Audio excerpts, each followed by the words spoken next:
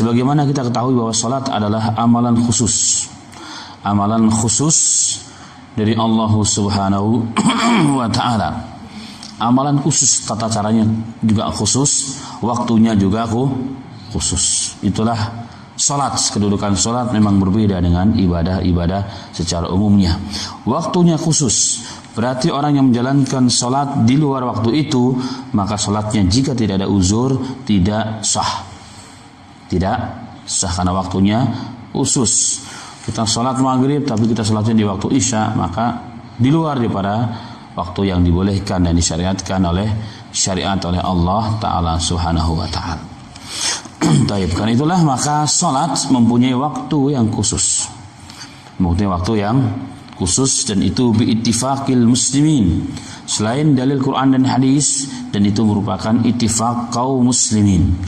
Ittifaq, kesepakatan para alim ulama. Kesepakatan itu tidak boleh diingkari, karena ianya merupakan dalil yang sangat kuat setelah Al-Quran dan hadis Nabi Muhammad SAW. Kalau zaman dahulu atau sebelum zaman kita ada ittifaq ulama, maka tiba-tiba hari ini ada yang ingkar, maka berarti pendapat tersebut keluar dari pendapat keumuman para alim ulama, dan itu tidak diperbolehkan.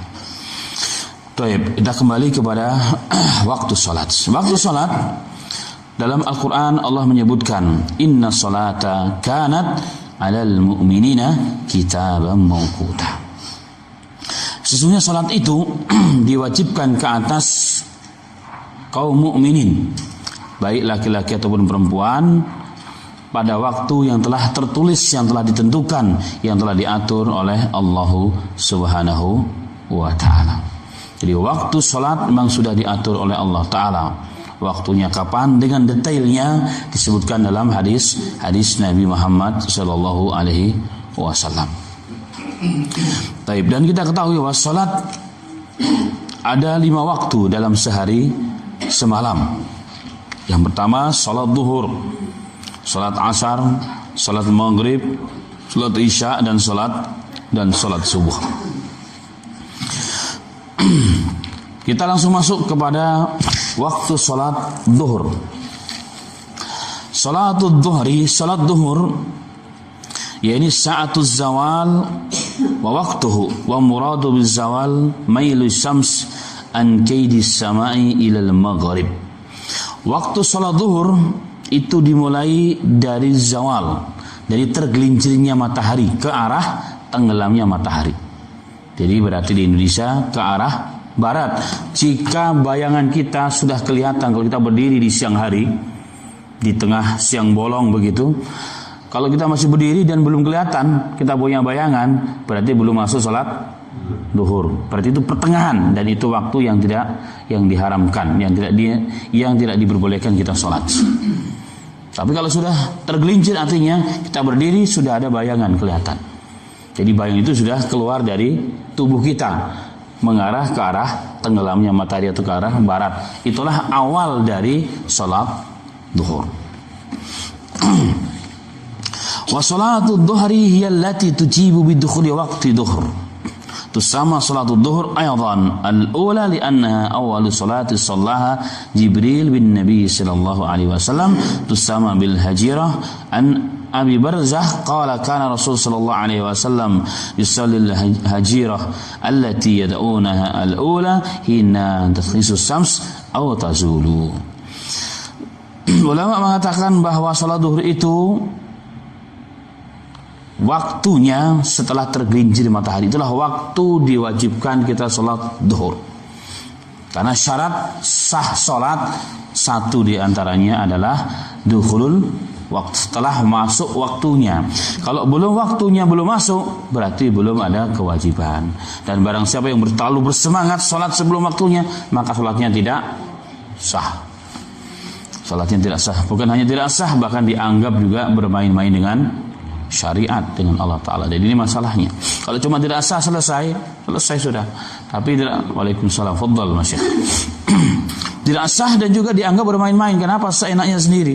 Nah, tidak demikian dalam agama. Baik, dan tergelincirnya matahari itulah awal waktu salat zuhur, dan itu waktu yang pertama kali dicontohkan oleh Jibril alaihissalatu wassalam ketika Jibril datang kepada Nabi Muhammad sallallahu alaihi wasallam. Sebagaimana diterangkan dalam hadis yang panjang. Itulah awal waktu salat zuhur. Idza zalatis syamsu, jika telah tergelincir waktu. Taib. Sampai kapan akhir waktu zuhur? Para alim ulama memang terjadi ikhtilaf. Tetapi asahul aqwal, pendapat insyaallah yang lebih cenderung kepada atau yang lebih aqrab ila sawab, yang lebih dekat kepada kebenaran adalah ayusiru dhillu syai' mislahu sawa miqdaru dhilli hinna zawal. Yaitu akhir salat zuhur itu banyak pendapat, tetapi insyaallah yang aqrab, yang lebih dekat kepada kebenaran, dan itu insyaallah yang merupakan kebenaran adalah sampai ketika kita berdiri bayang kita sama dengan tingginya badan kita. Bagaimana caranya? Antum berdiri, kemudian ada salah orang suruh garis ujung bayangan, diukur tinggi bayangan dengan tinggi badan kita. Jika sama, itulah akhir waktu sholat duhur. Ini akhir dan awal sholat asar. Jadi kalau antum qadarullah jamnya hilang, ini hilang, bisa antum praktekkan sendiri. Berdiri, salah satu orang suruh garis, atau antum ingat-ingat ujungnya, ukur tinggi antum berapa, dikit ingat, dan ditarik garis dari antum berdiri sampai ujung antum garis sama, itu tuh berarti akhir sholat duhur. Jadi akhir sholat duhur, jadi tidak perlu bingung. Kalau jam bisa rusak, handphone bisa hilang, tapi kalau ilmu ini kemana-mana tuh bisa bawa.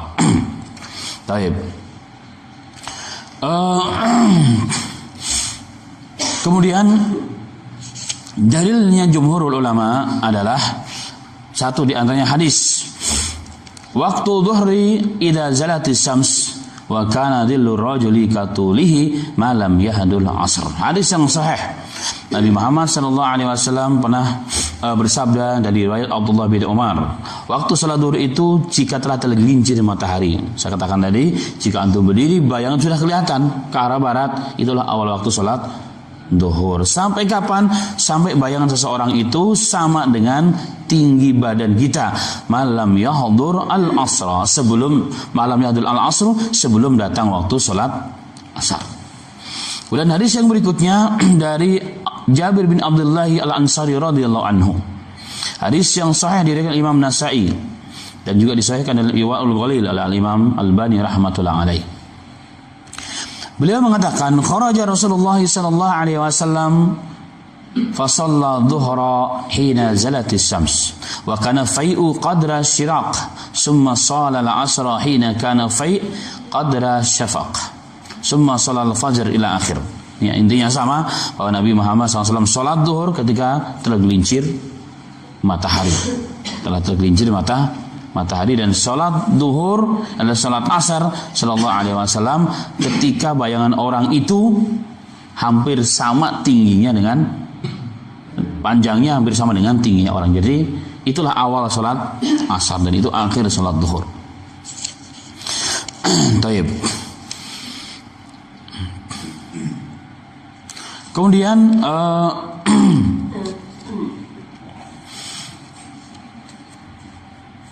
ulama mengatakan bahwa yastahibu ta'jilud dhuhr fi awali waqt. Jadi salat zuhur itu disunahkan secara umum dalam kondisi normal dan umum untuk ditajil. Ta'jil kalau bulan Ramadan kita akan dengar nanti ta'jil, bukan takjil. Tapi ta'jil pakai ain. Kalau ta'jil itu mentakhir, bisa artinya bukan mempercepat, tapi mentakhirkan malah artinya, mentakjil daripada ajal. Tapi kalau yang mempercepat dengan ain, ta'jil. Nah, di sini istilah mentakjil, mempercepat salat zuhur itu yang paling afdal dalam kondisi umum, dalam kondisi normal dan dalam kondisi umum. Umum maksudnya apa? Dalam kondisi seperti di negara Indonesia. Di Indonesia musimnya hanya dua, musim hujan dan musim kemarau. Tidak ada musim panas, musim dingin, musim semi dan seterusnya. Di negara-negara yang ada musim lebih dari satu, ada musim dingin, ada musim panas, maka dalam kondisi selain musim panas itu disunahkan sholat di awal waktu. Tapi jika hadir musim panas, maka disunahkan ditakhir, ditakjil, bukan ditajil, jika telah masuk musim panas. Sebagaimana dalam hadis yang sahih dari Nabi Muhammad sallallahu alaihi wasallam, riwayat Imam Bukhari dan Imam Muslim dan lain sebagainya. Dari Anas bin Malik radhiyallahu anhu qala, kana an-nabiy sallallahu alaihi wasallam idza ishtadda al-bard bakara bis-shalah fa idza ishtadda al-har abrada bis-shalah. Anas bin Malik radhiyallahu anhu, pembantunya Nabi Muhammad sallallahu alaihi wasallam, beliau mengatakan, adalah Nabi Muhammad sallallahu alaihi wasallam salat asar dengan mempercepat, salat zuhur dengan mempercepat salatnya di awal waktu maksudnya. Jadi jika masuk salat maka beliau mempercepat salatnya. Kapan? Jika di musim dingin yang sangat. Dan beliau akan mentakhirkan salat zuhur jika telah masuk musim panas. Jika telah musim panas. Dalam riwayat Abu Dzar Al-Ghifari radhiyallahu anhu, beliau mengatakan, kunna ma'an Nabi sallallahu alaihi wasallam fi safarin. Kami suatu ketika bersama Nabi Muhammad sallallahu alaihi wasallam dalam safar. Fa arada al-muadzinu ayyadina ad-dhuhra. Seorang muadzin mau siap-siap mengumandangkan azan. Fa qala abrid. Rasulullah mengatakan, dinginkan, takhirkan sampai agak dingin bumi ini. Summa arada ayyadin fa qala. Kemudian dia ingin azan lagi. Rasulullah mengatakan, takhirkan, dinginkan waktu sampai 2 kali 3 kali. Hatta ra'ayna fai'i tul summa qala shiddatul har min fai'i jahannam fa idza ishtadda al-har fa abridu bis-shalah. Beliau mengatakan sallallahu alaihi wasallam, sesungguhnya jika Anda telah masuk ke musim panas, dan panas itu sesungguhnya, jadi panas yang kita rasakan di dunia ini itu sesungguhnya dari uapan neraka jahanam. Fa'abridu, maka ketika Anda mau sholat, dinginkan waktu sholat tersebut, yakni takhirkan sehingga bumi menjadi lebih dingin. Itu jika di musim panas, itu disunahkan. Taib.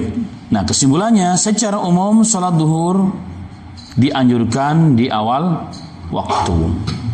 Tetapi dalam kondisi musim panas maka disunahkan ditakhirkan. Seberapa takhir? Sampai terasa bumi sudah mulai lebih dingin. Kalau mungkin awal waktunya anggap jam 12, biasanya mungkin bisa mundur sampai 1 jam atau setengah jam di beberapa negara.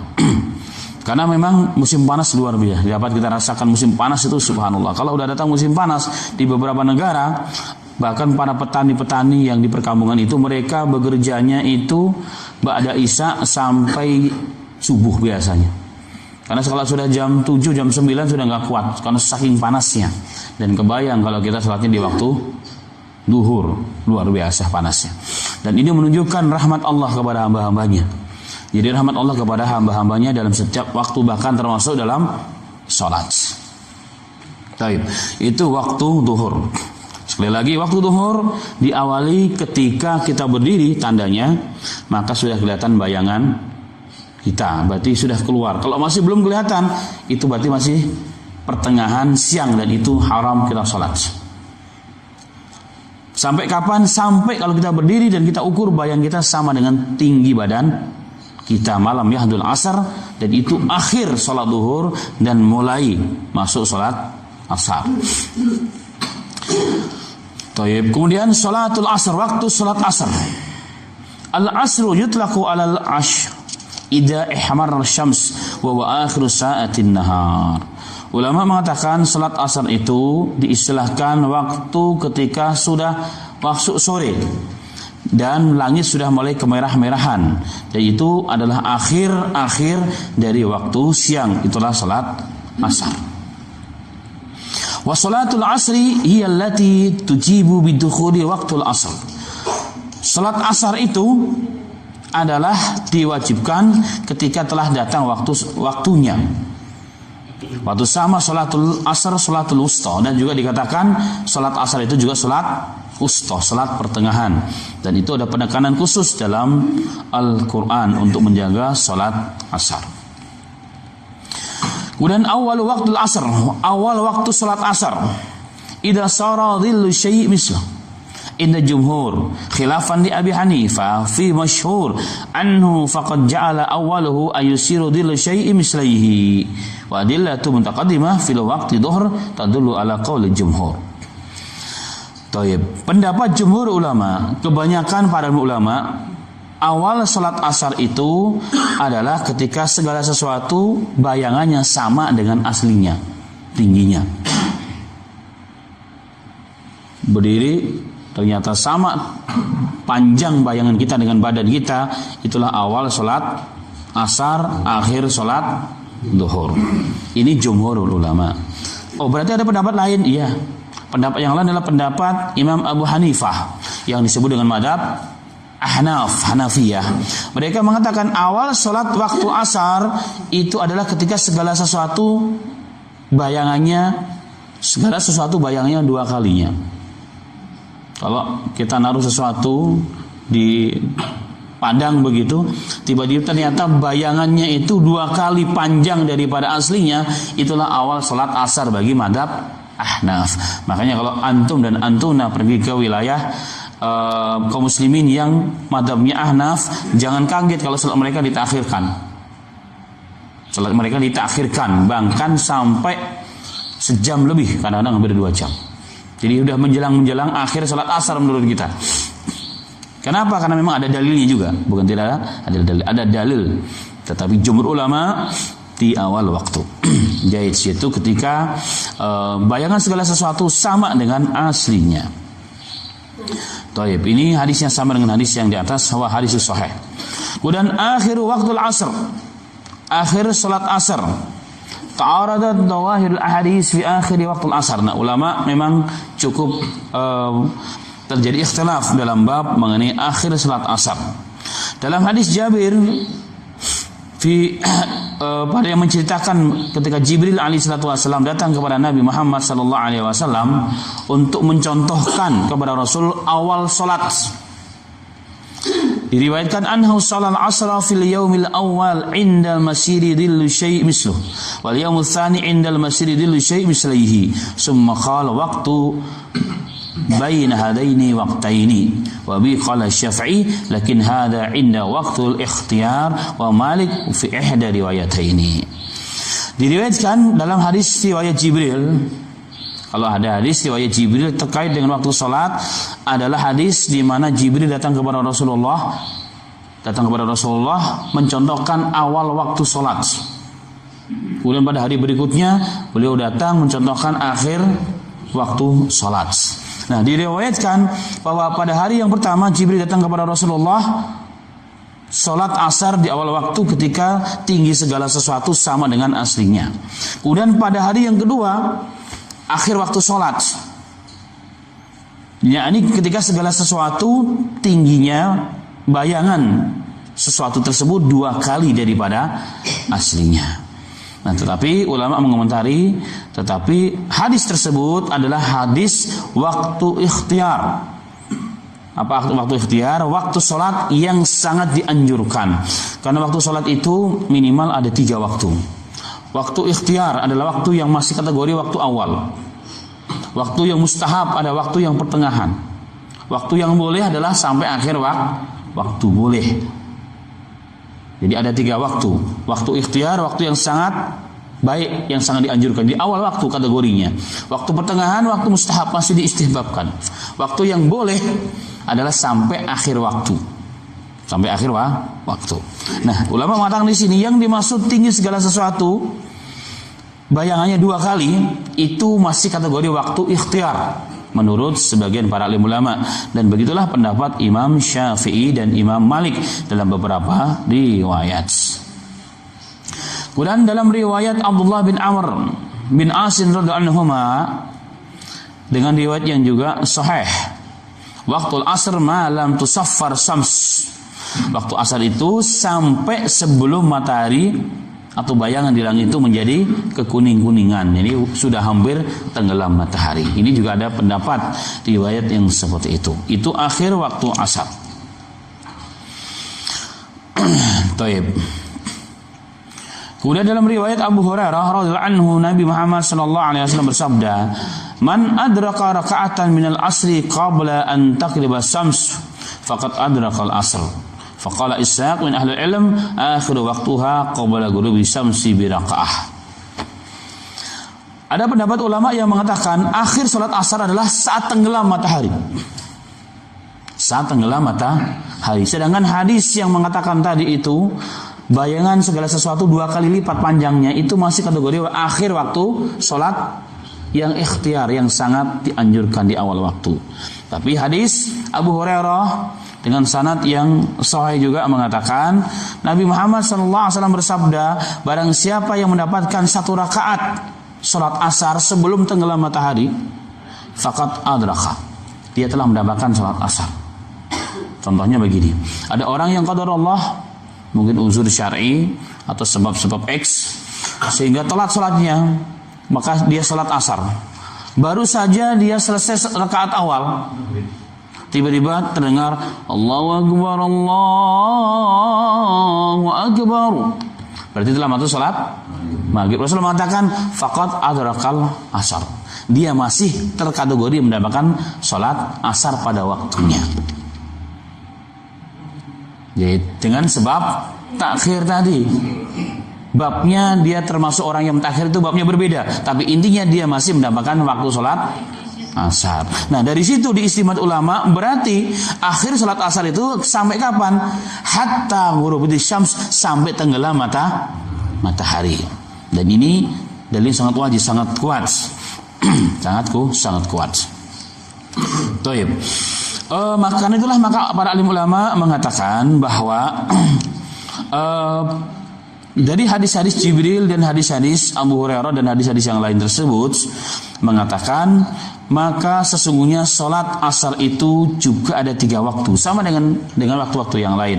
Sholat yang disebut dengan waktu-waktu ikhtiar adalah di awal waktu, dari tinggi bayangan sama dengan aslinya sampai bayangan itu 2 kali panjang dari aslinya. Itu waktu ikhtiar. Setelah itu adalah waktu yang boleh. Sampai kapan? Sampai langit-langit sebelum kekuning-kuningan. Matahari belum tenggelam tapi sudah menguning. Sampai menjelang sebelum menguning, itu waktu yang masih diistihbabkan. Nah, kalau sudah mulai menguning sampai akhir, sampai tenggelam matahari, itu waktu yang dibolehkan saja. Tapi jika kita melakukan dengan sengaja, jika kita melakukan sholat asar dengan sengaja, berarti kita termasuk orang-orang yang melalaikan sholat. Dan dalam hadis Nabi Muhammad SAW dalam riwayat yang sahih, riwayat Muslim, Rasulullah SAW mengatakan, tilka sholatu munafiq yajlis yuraqibu samsu hatta idha kanat baina qarni syaitan qama fanaqaraha arba'an la yadhkurullaha illa qalila. Ketika Rasulullah melihat orang yang mentakhirkan salat di akhir waktu sampai langit sudah kekuning-kuningan dan hampir tenggelam matahari, Rasulullah berkomentar, itu salatnya orang munafik. Kalau salatnya dengan sengaja tanpa uzur tadi, pada dia bisa memajukan salatnya, bisa salat di awal waktu, tetap salat di akhir waktu seperti itu, Rasulullah mengatakan tilka salatul munafiq, itu salatnya orang yang munafik, di mana dia duduk mengamati matahari sampai menjelang tenggelam matahari. Jika mau tenggelam matahari, maka dia langsung berdiri sholat cepat-cepat seperti ayam sedang mematuk biji-bijian. Jadi sholatnya, rukuknya nggak ada tumak nih, langsung cepat ngejar, jangan sampai telat, tenggelam duluan mataharinya. Dan Rasulullah mengatakan itu sholatnya orang munafik, seperti ayam sedang mematuk makanannya. La yadhkurullaha illa qalila, dia tidak mengingat Allah kecuali sangat sedikit. Itulah waktu salat asar. Dalam hadis-hadis yang lain tetap anjuran salat itu di awal waktu. Sebagaimana hadis Nabi Muhammad SAW dalam riwayat Anas, kana Rasulullah SAW yusalli al-asra wa samsu murtafi'atan hayyatan wa yadhhabu dhahabi ila al-awali fayatiyahum wa samsu murtafi'ah wa badal awali ala arba'ata amyali min Madinah. Diriwayatkan Nabi Muhammad sallallahu alaihi wasallam salat asar ketika matahari masih tinggi. Selesai salat Rasulullah pergi ke pinggiran Madinah dan matahari pun masih tinggi, padahal antara Masjid Nabawi dengan pinggiran Madinah jaraknya cukup jauh, tapi masih keburu. Artinya bahwa Nabi Muhammad salat di awal waktu pada salat asar. Pada hadis Rafi' bin Hudaid radhiyallahu anhu, beliau mengatakan, "Kunna nusallil asra ma'a Rasulillah sallallahu alaihi wasallam, summa nanhara jazur, fa naqsimu al-asra qisran, summa nadbah fa na'kulu lahmahu nadihan qabla maghrib syams." Subhanallah. Hadis sahih riwayat Bukhari dan Muslim. Rafi' bin Hudaid radhiyallahu anhu, beliau mengatakan, satu ketika kami salat asar bersama Rasul. Setelah salat asar selesai, kami menyembelih unta. Kemudian kami bagi, setelah disembelih 10 bagian dan kami masak. Kemudian kami makan daging unta tersebut sebelum tenggelam matahari. Jadi cepat sekali. Jadi orang-orang Arab, mereka rata-rata punya kemahiran menyembelih hewan, termasuk Rasulullah. Bayangkan unta yang begitu besar disembelih setelah asar, dipotong-potong, dikuliti, dipotong-potong, dibagikan, dimasak, dapat dimakan sebelum sholat maghrib. Kok bisa? Berarti sangat cepat sekali sholat asar, itu dimaksud sebabnya. Luar biasa. Kalau kita satu sapi aja bisa 4 jam. 4 jam baru selesai. Ya baru selesai, belum lagi dimasaknya 2 jam. Apalagi masaknya masak rendang, Masya Allah. Sampai sampai maghrib, sampai isya bahkan belum selesai makannya besok harinya. Sudah hilang rasa laparnya. La haula wala quwata illa billahil aliyil azim. Kemudian salatul asr faqad man taraka salatul asr faqad habata amaluhu. Dan di sini ada hadis yang menyatakan bahwa sebarang siapa meninggalkan salat asar maka akan menghilangkan seluruh amalnya. Jadi ada penekanan pada salat asar. Yang pertama dalilnya adalah Al-Qur'an. Surat Al-Baqarah, Allah mengatakan, "Hafizu ala salawati wa salatil wusta wa qumu lillahi qanitin." Allah mengatakan, "Hafizu, wahai kaum muslimin, jagalah oleh kalian salat-salat yang 5 tersebut, bil khusus salat wusta. Wa qumu lillahi qanitin, dan berdirilah untuk Allah dengan penuh khusyuk dan kepatuhan." Yang dimaksud al-wusta menurut para ahli tafsir hampir ittifaq ulama adalah salatul asar, adalah salat asar. Jadi salat pertengahan, wusta itu salat pertengahan, itulah salat asar. Kenapa di sini ada pengulangan? Jagalah oleh kalian salat. Ini salat 5 waktu. Salat 5 waktu termasuk di dalamnya apa? Salat asar. Kemudian ada penekanan ulang, bil khusus salat asar. Kata Allah Subhanahu wa taala. Kenapa? Karena ternyata salat asar ada penekanan khusus dari syariat, dari Allah dan dari Nabi kita Muhammad sallallahu alaihi wasallam. Dalam satu peperangan Rasulullah disibukkan oleh orang-orang kafir, sengaja dibuat sibuk, enggak dikasih kesempatan salat asar.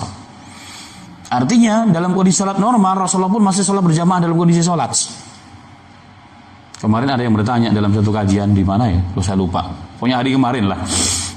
Bertanya mengenai bolehkah acara perkawinan itu menjadi sebab salat itu dijamak atau ditakhirkan? Saya bilang yang saya tahu dalam seluruh kitab fikih nggak pernah dibahas itu. Boleh mentakhirkan atau menjamak salat gara-gara perkawinan. Masalahnya Ustaz, dandanya itu seharian. Kalau datang sholat maghrib, kemudian dia wudhu, maka hilang, dia mulai dari nol lagi. Padahal sudah seharian didandani. Saya bilang begini, yang ada dalam Quran itu adalah perintah sholat berjamaah bahkan dalam kondisi perang. Dalam Sahih Bukhari, Sahih Muslim, Ibnu Majah, Abu Daud disebutkan ada 18 cara sholat dalam kondisi perang. Tetap dengan membawa senjata, musuh di hadapan kita. Jika masih bisa bahkan sholat berjamaah dalam kondisi perang. Itu menunjukkan apa?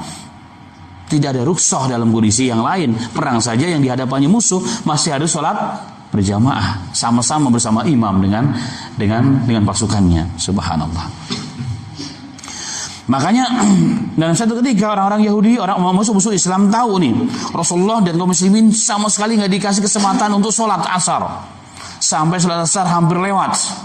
Maka Rasulullah marah dan Rasulullah mengatakan, "Syagaluna an salatil wusta." yakni salatul asar. Mereka telah menyibukkan kita, melalaikan kita, dan enggak memberikan kesempatan kita salat asar, yaitu salat usta. Semoga Allah penuhi kuburan-kuburan mereka dengan api neraka. Itu doa Rasulullah kepada siapa? Kaum musuh-musuh Rasul, musuh-musuh Islam yang telah tidak memberikan kesempatan kaum muslimin untuk salat asar berjamaah walaupun dalam kondisi terang. Dan ini penekanan salat asar.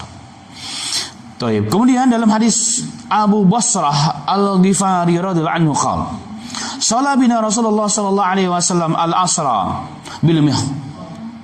Faqala inna hadhihi salah uridat ala man kana qablakum fadayuha faman hafadha 'alaiha kana lahu ajruhu marratain wa la salata ba'daha hatta yutla'u syahid. Syahid ini an-najm. Wal hadisu sahih rawahul Bukhari, rawahul Muslim. Diriwayatkan dari Abu Basrah Al-Ghifari radhiyallahu anhu, beliau mengatakan, suatu ketika Rasulullah sallallahu alaihi wasallam memimpin salat kami, salat asar di sebuah tempat. Kemudian setelah selesai beliau mengatakan, salat ini dahulu pernah ditawarkan oleh Allah kepada umat sebelum kalian. Jadi salat asar ini pernah ditawarkan untuk menjadi amalan bagi umat sebelum umatnya Rasul sallallahu alaihi wasallam. Ternyata apa yang terjadi? Fadayuha. Mereka menyanyiakan salat asar tersebut, tidak menjaganya, menyepelekan salat tersebut. Faman hafadha 'alaiha, barang siapa yang menjaga salat ini yang pernah disia-siakan oleh umat sebelumnya, kana lahu ajruhu marratain, maka untuknya baginya disiapkan 2 pahala. Wala salata ba'daha, dan tidak ada salat setelahnya, hatta yatla'u syahid, sehingga muncullah bintang yang dimaksud. Berarti setelah salat asar memang tidak ada salat. Itu maksudnya. Dan ini menunjukkan keutamaan salat asar. Kenapa Allah sampai menekankan 2 kali dalam ayat? Dan dalam hadis Rasulullah sangat begitu peduli. Ternyata salat asar dulu pernah diberikan oleh Allah kepada siapa? Umat-umat terdahulu, dan mereka telah menyanyiakan. Mirip dengan hari besar setiap pekannya di hari Jumat. Orang umat terdahulu diberikan, tapi mereka salah memilih, tidak menerima hari Jumat sebagai hari raya pada pekanan. Nah, begitu juga asar diberikan oleh Allah kepada umat sebelumnya. Ternyata mereka tidak mengambil dengan baik, mengambilnya tapi menyia-nyiakan. Hadis Ammar bin Ru'ayyibah radhiyallahu anhu qala, aku mendengar Nabi Muhammad sallallahu alaihi wasallam yaqul, mengatakan, la yalijun nar ahadun shalla qablatul isyamsi wa qabla ghurubiha, yakni al-fajr wal asru. Akhrajul Muslim. Riwayat Muslim. Diriwayatkan Nabi Muhammad sallallahu alaihi wasallam bersabda, la yalijun nar, tidak akan sekali-kali masuk neraka. Lan dalam bahasa Arab itu artinya apa? Tidak akan sekali-kali, nggak akan pernah walaupun sekali masuk ke dalam neraka seorang pun. Siapa dia? Siapa saja yang sholat sebelum tulu isyams, sebelum terbit matahari, yaitu sholat subuh, dan sebelum tenggelam matahari, yaitu sholat asar. Hadis sahih riwayat Muslim. Ini jaminan ma'asal muslim dan muslimat. Jadi menjaga sholat asar pada waktunya, sebagaimana dicontohkan oleh Nabi kita Muhammad SAW, menjamin kita, ini melalui lisannya Rasul, kita tidak akan dimasukkan ke dalam nerakanya Allah Subhanahu wa ta'ala. Jaga saja salat itu, salat asar. Allahumma musta'an. Dalam riwayat yang lain Rasulullah mengatakan, man taraka salatal asr faqad habita amaluhu. Barang siapa yang meninggalkan salat asar, faqad habita amaluhu, maka akan hancurlah seluruh amalnya. Maka hancurlah seluruh amalnya. Jadi meninggalkan salat asar maka amalnya seluruh hancur, enggak diterima oleh Allah Subhanahu wa ta'ala. Wa a'udzubillah wa na'udzubillah min dzalika. Dalam hadis yang lain mengatakan, barang siapa yang tertinggal atau meninggalkan salat asar, ka'annahu, maka seakan-akan dia telah kehilangan seluruh hartanya dan seluruh ahli keluarganya. Orang ditinggal mati pasangannya saja, gak cuma setahun sedihnya, bahkan seumur hidup. Berapa banyak para tokoh-tokoh hebat di dunia ini yang ditinggal duluan pergi oleh istrinya, artinya pulang ke Allah, meninggal dunia. Maka orang yang hebat tersebut, yang telah memimpin suatu bangsa sekian puluh tahun, goncang hidupnya, ditinggal oleh satu orang. Rasul mengatakan, siapa yang meninggalkan sholat asar seakan-akan telah mati semua keluarganya, telah hilang hancur seluruh harta bendanya. Pernah nggak mendapatkan orang seperti itu, ma'asyiral muslimin? Saya pernah mendapatkan ketika masih ditugaskan oleh pemerintah untuk membantu ngurusin haji. Berjumpa dengan jemaah pertama dari Aceh yang tertimpa tsunami. Seorang ustadz, saya lupa namanya. Beliau datang sendiri. Saya tanya, "Ustadz, gimana kondisi keluarga?" Habis. Istri saya mau berangkat pun mati, keluarga saya meninggal dunia, harta bagaimana? Apalagi harta, sudah nggak punya apa-apa. Jadi ya nggak tahu nanti pulang. Saya lihat dari pancaran cahaya matanya sudah nggak ada semangat hidup. Keluarganya meninggal dunia, hartanya sudah hancur. Nggak ada orang yang bisa merasakan sedih ini kecuali yang mengalaminya. Kalau saya bisa hanya bercerita saja, karena alhamdulillah, insya Allah jangan mengalami kalau bisa. Nah, Rasulullah mengatakan orang yang ketinggalan sholat asar kayak begini nih musibah yang menimpanya. Bayangkan ya, pada sholat asar pada faktanya hari ini sholat yang paling banyak ditinggalkan selain sholat subuh. Subhanallah, apalagi hidup di kota metropolitan yang luar biasa kemacetan jalannya. Ini luar biasa. La haula wala quwwata illa billahil aliyyil azim. Allah musta'an.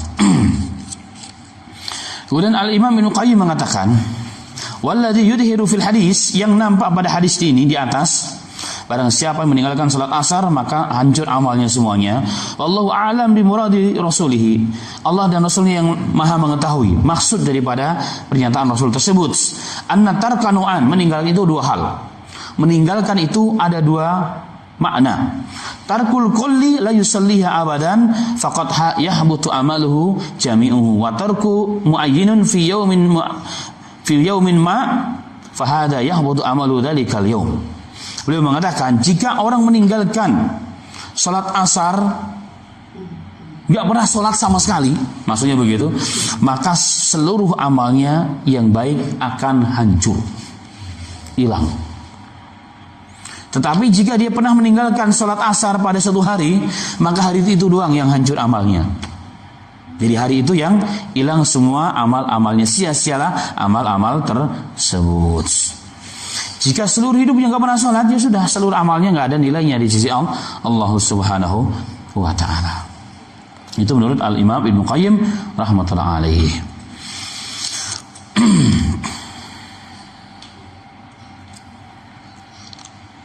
Itu salat asar, salat al-asr. Kemudian salat asar, setelah salat asar tidak ada lagi salat. Setelah salat asar tidak ada lagi salat. Kecuali dawatu asbab. Ada tetapi salat yang punya sebab menurut pendapat Imam Syafi'i. Apa itu salat yang punya sebab? Contohnya salat jenazah. Ada yang meninggal dunia, saat salat asar boleh menyolatkan. Atau salat gerhana matahari. Matahari tertutupi pada asar, maka disunahkan. Atau kita masuk ke dalam masjid, disunahkan salat 2 rakaat. Tapi salat yang dalam arti salat yang mutlak, maka tidak ada salat. Tidak ada salat setelah salat asar secara umum. Taib. Kemudian pada salat asar sampai menjelang tenggelam matahari tidak ada salat. Itu salat setelahnya hukumnya makruh. Tapi ada salat yang kita salat haram. Kapan? Saat tenggelam matahari, saat terbit matahari, dan saat matahari di pertengahan siang. Itu salat di waktu itu hukumnya haram menurut para alim ulama. Kita ada hadis yang nanti kita akan bahas pada babnya. Taib. Kecuali dengan sebab-sebab yang tertentu. Itu salat waktu salat al-asr.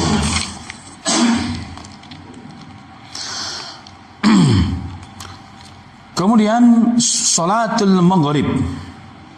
Salatul maghrib.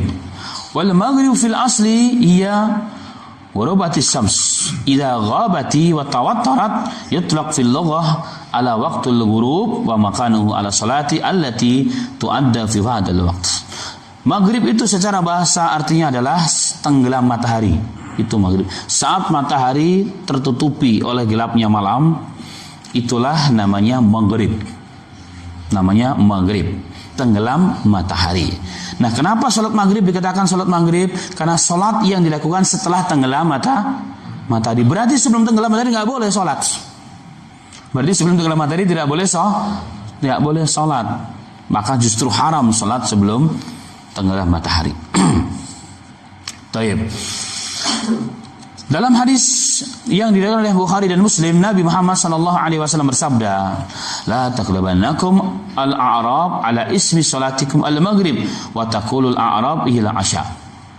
Jadi orang-orang Arab mereka kadang-kadang memaknai salat maghrib, istilah maghrib itu isya. Maka jangan sampai istilah isya itu mengalahkan istilah maghrib sehingga kalian tidak menjalankan salat maghrib, itu maksudnya, kata Nabi Muhammad sallallahu alaihi wasallam. Kemudian bahasan awal waktu salat maghrib, idza gharabatis syams wa ghabat wa taqamulat ghurubuha bi ijma'. Kapan salat maghrib itu dimulai? Awal waktunya jika telah tenggelam matahari. Yang dimaksud tenggelam matahari adalah betul-betul tenggelam dengan sempurna, sudah nggak kelihatan, maka itulah awal salat maghrib. Itulah awal salat maghrib jika telah tenggelam betul-betul mataharinya. Nah, terkadang hidup di kota besar begini agak susah memang mengamatinya. Sehingga jadi standar kita adalah apa? Yang jadi rujukan kita TV biasanya. Umumnya TV dinyalakan. Oh, udah maghrib. Gitu. Jadi sebelum maghrib suruh nonton TV dulu. Itu umum, fakta, apalagi Ramadan nanti. Hampir semua rumah pasti hidup TV. Ngapain nunggu azan di TV?